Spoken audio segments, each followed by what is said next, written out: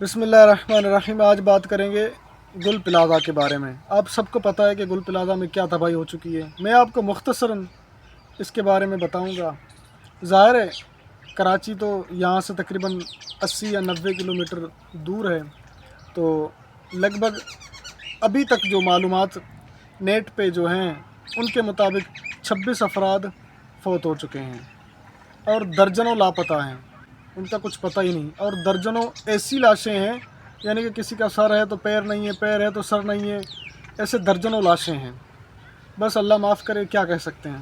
سندھ حکومت پر شدید ترین تنقید ہے، اس قدر تنقید ہے کہ اس کی کوئی انتہا نہیں، ہونی بھی چاہیے۔ ظاہر ہے سر، ناکارہ میئر ہوگا، ناکارہ وزیر اعلیٰ ہوگا تو اس کا انجام یہی ہوگا۔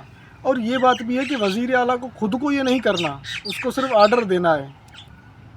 حقیقت بات ہے کہ کراچی کا جو بجٹ ہے نا، وہ 70% پاکستان پہ لگتا ہے۔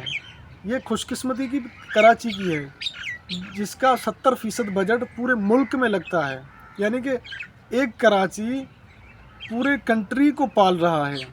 کراچی ایک الگ سے کنٹری نہیں ہے، لیکن پھر بھی اس کے باوجود، ایک شہر ہونے کے باوجود بھی کراچی پورے کنٹری کو بجٹ فراہم کر رہا ہے۔ تو اس کے باوجود بھی وہ شہر خود ایسے بے یار و مددگار، اور اس میں ایسے لوگ مارے جائیں۔ اچھا، اس پہ ایک پھڈا بھی ہوا ہے۔ پھڈا کس کا ہوا ہے؟ اقرار الحسن کا ہوا ہے۔ اقرار الحسن وہاں پہ پہنچے کوریج کرنے کے لیے، ظاہر ہے وہاں پہ گئے ہوئے تھے، تو وہاں پہ ان کا پھڈا ہوا۔ پیپلز پارٹی کا ایک جنرل سیکریٹری تھا، شاید اسی علاقے کا ہوگا، تو وہ بھی وہاں پہ آیا ہوا تھا، تیمور سیال۔ تیمور سیال نے اقرار الحسن سے کہا کہ درجنوں ایسے واقعات ہو چکے ہیں، درجنوں ایسے حادثات ہو چکے ہیں، سندھ حکومت نے ان کی ہیلپ بھی کی ہے اور دوبارہ وہ خوشحال ہو چکے ہیں، یہ بات کی۔ تو اقرار الحسن نے اس کو کہا کہ آپ مجھے یہ بتائیں، سوال کیا نا، ظاہر ہے سوال تو آپ کو پتہ ہے کہ غصہ آتا ہے سوال پہ۔ اقرار الحسن نے یہ سوال کیا کہ مجھے آپ یہ بتائیں کہ دوبارہ ایسے واقعات کیا یہاں پہ نہیں ہوں گے، کیا دوبارہ ایسے آگ نہیں لگے گی؟ تو اس پہ جناب تیمور سیال کو غصہ آ گیا۔ اس نے کہا کہ تم جھوٹے وعدے کرتے ہو۔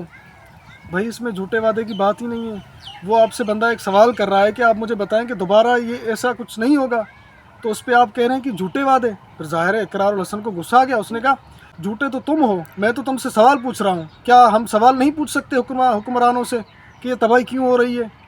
سب کچھ ہوتے ہوئے بھی فائر بریگیڈ بھی ہمارے پاس ہے، پانی بھی ہمارے پاس ہے، عین موقع پہ فائر بریگیڈ میں پانی ختم ہو گیا اور لوگ تڑپ تڑپ کے مر رہے ہیں، کسی کا جانی نقصان ہوا ہے، کسی کا باپ مرا ہے، کسی کی بیٹی مری ہے، کسی کا بھائی مرا ہے۔ کیا ہے یار یہ سب کچھ؟ کب یہ ختم ہوگا؟ یہ سوال کرنے پہ سر وہ چڑھ گئے، اور اس کے بعد جب وہ جا رہا تھا تیمور سیال اپنے بندوں کے ساتھ، تو وہ ایسے جا رہا تھا جیسے وہ دبنگ ہو، یوں کر کے نا، سینہ چوڑا کر کے، ایسے یوں غصے سے دیکھ رہا تھا۔ بھئی یہ کہاں کی شرافت ہے؟ اگر آپ کو حکومت نہیں کرنی تو آپ چھوڑ دیں سیٹ، ہم آ کر بیٹھ جائیں گے، ظاہر ہے ہم اپنی خدمتیں سر انجام دیں گے۔ سوال بیسیکلی یہی تھا۔ تیمور سیال نے کہا کہ آپ اس پہ سیاست نہیں کر سکتے، سیاست نہ کریں تو پھر اور کیا کریں ہم، آپ ہمیں بتائیں۔ آپ کے ہوتے ہوئے، آپ سیاستدان ہیں، آپ کے ہوتے اتنا نقصان ہوا ہے، 400 کروڑ سے زیادہ تباہ و برباد ہوئے ہیں، اس کا خمیازہ کون بھرے گا؟ سندھ حکومت بھرے گی، میئر کراچی بھرے گا، وزیر اعلیٰ سندھ بھرے گا، گورنمنٹ آف پاکستان بھرے گا؟ کوئی بھی نہیں، بے یار و مددگار۔ تو اس سوال کرنے پہ اقرار الحسن پہ سر پیپلز پارٹی کے لوگ چڑھ گئے، اور میں سلام پیش کرتا ہوں اقرار الحسن کو، جو مسئلوں میں جاتے ہیں اور لوگوں سے پوچھتے ہیں۔